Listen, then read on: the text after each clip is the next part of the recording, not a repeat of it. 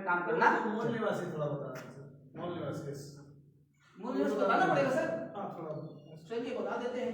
जैसे आपने ब्राह्मणों के प्रकार सीखा ना दोस्तों, तो मूल निवासी के प्रकार समझ लो, ग्रेडेशन समझ लो। 10 मिनट। चलिए भाई, दुश्मन को पहचान लिया ना, अब दोस्त को पहचान लो फिर से। मूल निवासी कौन? मूल निवासी के प्रकार का ग्रेडेशन होता है, ठीक है ना। पहला ग्रेडेशन हो गया जन्म से मूल निवासी। कैसा? जैसे यहाँ पर बैठे हर व्यक्ति जन्म से मूल निवासी है। SC ST OBC माइनॉरिटी, पुरानी परिभाषा में शूद्र शूद्र, ये सब क्या है? यहाँ के मूल निवासी है, ठीक है। जन्म से मूल निवासी सब होता है ही है। तो कई लोग हैं जो जन्म से हैं, विचारधारा से नहीं है। तो जन्म के मूल निवासी को लोग हाफ बोलते हैं। हाफ माइंड नहीं बोलो, बुरा मत मानना कोई। हाफ बोल रहा 100 का था। तो मैं जो जन्म का मूल निवासी है उसे क्या बोलता हूँ? हाफ। क्या बोलता हूँ? हाफ। तो जन्म से मूल निवासी भी हाफ है। और कुछ लोग हैं वाम से यही जाता है, जन्म के मूल निवासी को विचारधारा बताता है। इनमें से बहुत से लोग हमारी विचारधारा में नहीं आते, कुछ लोग वो हो जाता है विचारधारा का मूल निवासी। किसका मूल निवासी? विचारधारा। जैसे कोई विचारधारा का स्वीकार कर लिया कि फूले की विचारधारा सही थी, बिरसा की विचारधारा सही थी, अम्बेडकर विचारधारा सही थी, बोला हाँ वो लोग सही थे, ये 60% पा गए। कितना पा गया? हाफ से ऊपर हो गया। कई लोग विचारधारा में तो रहते हैं पर संगठन में नहीं। तो बाबा साहब ने क्या बोला है? संगठित रहो। जो संगठन में नहीं आओगे तो कुछ होगा क्या? नहीं होगा। विचारधारा कुठिला में रखे बीज की तरह है, खेत में पहुंचेगा तो बढ़ेगा, नहीं तो सड़ेगा तो है। तो विचार पर्याप्त नहीं है, अच्छा तो है पर पर्याप्त नहीं। विचार को कहां ले जाना है? संगठन को। जो लोग विचारधारा में आते हैं उनमें से कुछ लोग हो जाते संगठन में शामिल होते हैं, रसीद कटवाए, शुल्क दिए, वो बन जाते हैं संगठन का मूल निवासी। ये 70% हो गए। कई लोग हैं संगठन में शामिल हो जाते हैं, 10 रुपया 20 रुपया जो रसीद दे दिए, और जब फॉर्म लगाओ कि वर्मा जी कहाँ हैं, तो वर्मा जी फोन उठाते नहीं, वर्मा ही फोन उठाती है।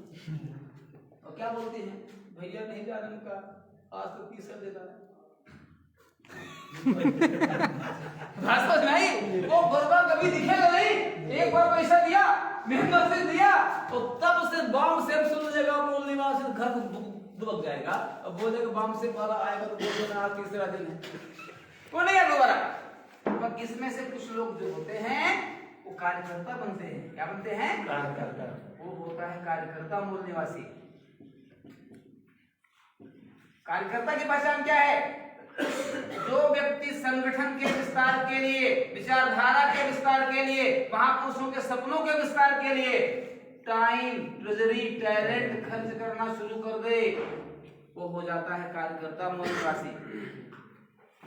80% हो गया है। और बाम सेव का उद्देश्य आपको कार्यकर्ता बनाना नहीं है। बाम सेव का उद्देश्य आपको इंसान बनाना है, आपको लीडर बनाना है। जब आप लीडर बन जाओगे तो कोई आपका शोषण नहीं कर पाएगा, कोई अत्याचार नहीं। तो बाम सेव यहाँ रुकता नहीं है, बोलता नहीं कार्यकर्ता बनना पर्याप्त नहीं है, अभी मैं तुमको पूरा नहीं दूंगा, तुम लीडर बनो। तो 5वें नंबर पे होता है नेतृत्वकर्ता मूल निवासी। ऐसा मूल निवासी नेतृत्वकर्ता की पहचान क्या है? ये 100% उसको मिलती ग्रेडिंग। ऐसा व्यक्ति जो निरंतर तैयार रहता है कि भाई इस कुर्सी पे मैं बैठा हूं, मैं कब तक रहूंगा इस कुर्सी पे, तू कब आएगा, और लोगों को जा के तैयार करता है, उठ उस कुर्सी में बैठ, मेरे बस लीडर बनने से काम चलने वाला नहीं, तू लीडर बन और समाज को लीडर बना। जो व्यक्ति अपने जैसे अपने से काबिल लोगों की फौज तैयार करे, कार्यकर्ताओं की फौज तैयार करे, विचारधारा का विस्तार करे, वो होता है नेतृत्वकर्ता मूल निवासी। वही होता 100% मूल निवासी। आपको नोट बोर्ड सपोर्ट देना है, हमारा पासिंग मार्क 80% है, उससे नीचे वाले को पासिंग मार्क नहीं है।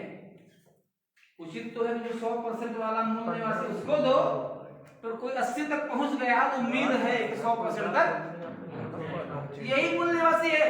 ये तो अभी 5-6 महीने वाले हैं, पता नहीं 9 महीना पूरा होता भी है कि नहीं, इनकी बहुत गारंटी नहीं। हाँ, यहाँ तक आए हुए हैं, कुछ करते रहते तो है नहीं।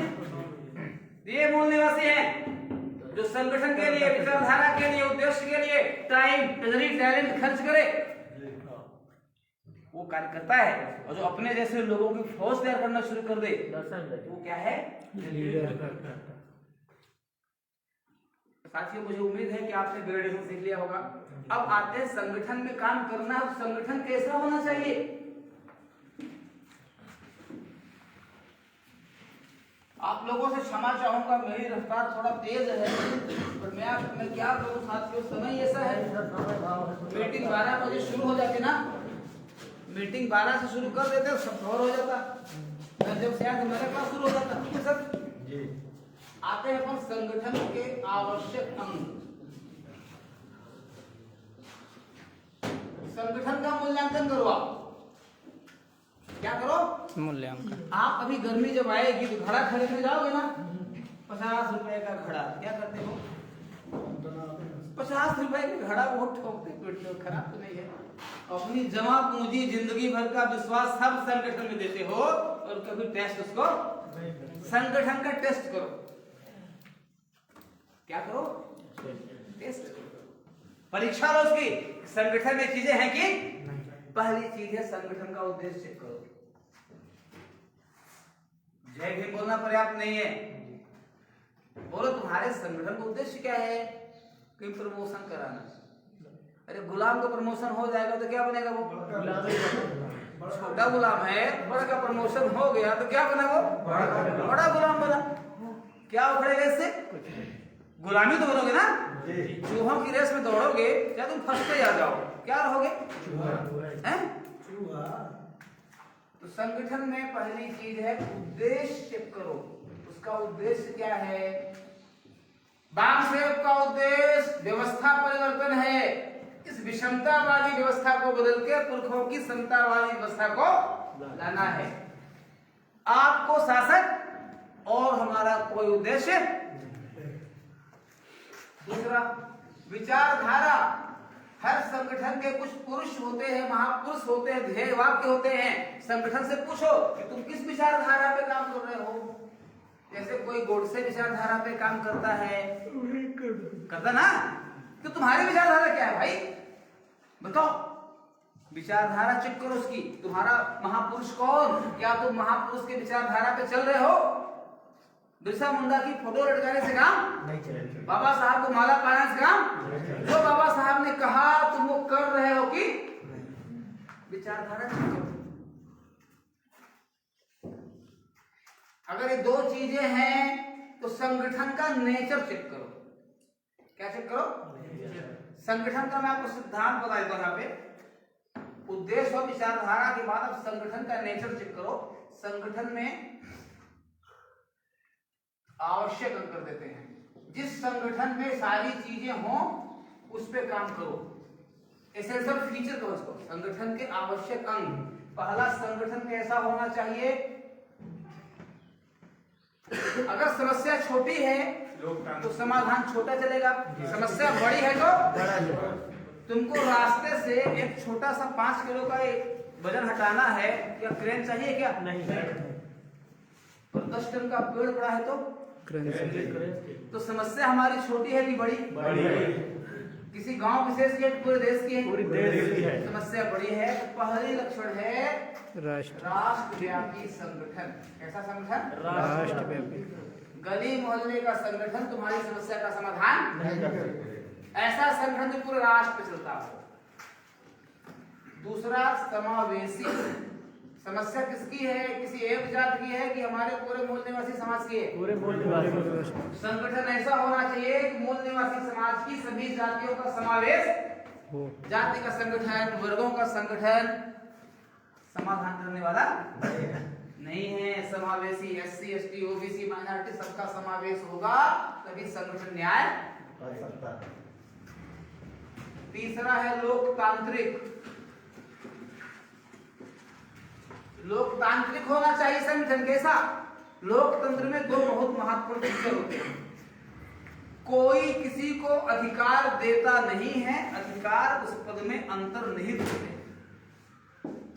अगर किसी संगठन में किसी व्यक्ति को कोई अधिकार दे रहा है, इसका मतलब है जब वो चाहेगा तो ले लेगा। समझ रहे हो? दूसरा, किसी भी पद में कोई व्यक्ति सारी जिंदगी नहीं रह सकता। संगठन के किसी भी पद में कोई व्यक्ति सारी जिंदगी नहीं रहेगा, एक समय सीमा होगी और जो व्यक्ति जिस पद में है उसी पद का काम करेगा, किसी के अधिकार का अतिक्रमण नहीं करेगा। चौकीदार का भी अधिकार है कि कोई लाट साहब आए उसका आईडी कार्ड चेक करे। कोई नहीं कहेगा मैं फला हूं, चेक नहीं करोगे। अरे मैं चौकीदार हूं, मैं तुमको नहीं जानता हूं, मैं तुमको चेक करूंगा। बात समझ रही क्या? तो चौकीदार का भी अधिकार है, राष्ट्रपति का भी अधिकार है, कोई किसी के अधिकार का अतिक्रमण नहीं करेगा। मान लो मैं इस इलाके का डीडीओ पावर होल्डर हो, बीओ हो, तनख्वाह मैं निकालता हूं और मैंने किसी का वेतन रोक दिया, तनख्वाह नहीं निकाला, शिवराज से तनख्वाह निकाल देंगे क्या? नहीं निकाले। अगर उनका दस्तखत से जाएगा बिल में, ट्रेजरी वाला पास कर देगा? ना करेगा, नहीं करेगा। वो बोलेगा नहीं हमें नहीं पहचानता शिवराज सिंह को, ये जो सिग्नेचर मेरे पास है उसको उस बगलवा आदमी का, उसी का स्वीकार करूंगा। अगर शिवराज सिंह को बिल निकालना है ना, इसका पहले दस्तखत बदलवाए और यहाँ पे अपना दस्तखत लगाए कि यहाँ पे वीडियो मैं हूं, तभी बिल पास। ये है लोकतंत्र। हर व्यक्ति के पास अपना खुद का अधिकार। ये चीजें संगठन में जब तक नहीं होगी, आप संगठन में जाकर के भ्रष्ट हो जाएंगे।